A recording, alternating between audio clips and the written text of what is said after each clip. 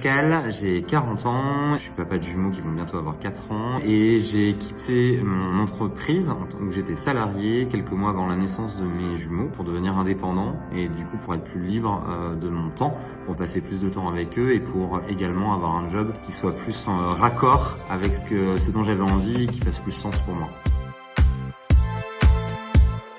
Alors j'ai créé ma boîte moi immédiatement avant la naissance de mes enfants. Ça a permis de structurer les choses avant la naissance de mes enfants et ensuite d'être pendant 4 mois non-stop avec mes enfants. Ils sont nés très prématurés, donc j'ai pu passer beaucoup de temps avec eux, notamment beaucoup de temps à l'hôpital sur les premières semaines. C'est un temps hyper précieux parce que c'est ce temps-là qui permet de créer une connexion très forte avec les enfants, avec les bébés. C'est les moments où on remplit ce qu'on appelle le réservoir affectif de l'enfant.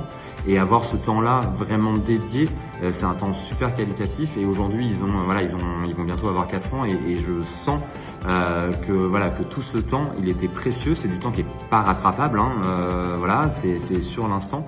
Et c'est du temps qui permet vraiment de créer cette connexion très forte avec ses enfants.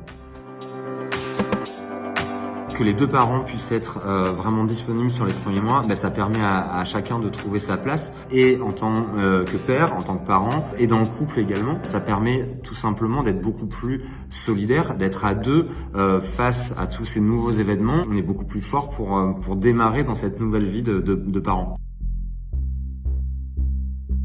C'est une bonne nouvelle en soi parce que c'était attendu depuis longtemps, ça fait plutôt consensus au niveau sociétal. Après, effectivement, nous, dans le collectif de papa auquel j'appartiens, nous on pense que ce n'est qu'un premier pas et qu'on devrait pouvoir aller bien plus loin pour pouvoir justement, encore une fois, créer beaucoup plus de liens forts entre le père et l'enfant et une structure familiale beaucoup plus solide avec effectivement une solidarité et un soutien du père pour le second parent, donc souvent la mère.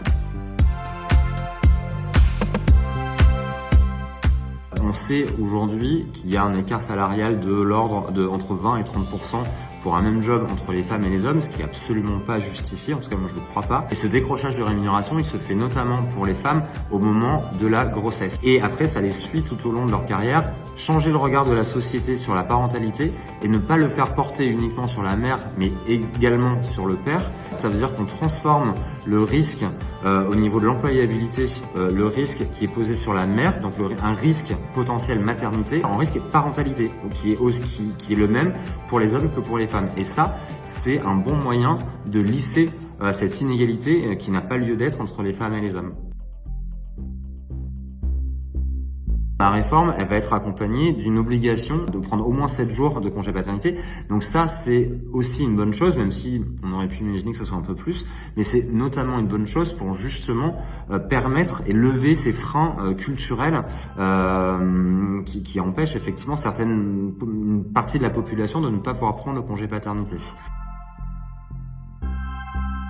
Pour les pères qui ont envie de vivre ces moments-là, foncez. D'abord, interrogez-vous sur ce dont vous avez vraiment envie et si c'est votre envie, laissez au loin les peurs, les croyances, les jugements d'autrui. Foncez. C'est pas facile. Une mère, elle porte l'enfant, le père, il porte pas l'enfant, donc c'est pas facile pour lui trouver sa place. Et ça nécessite du temps.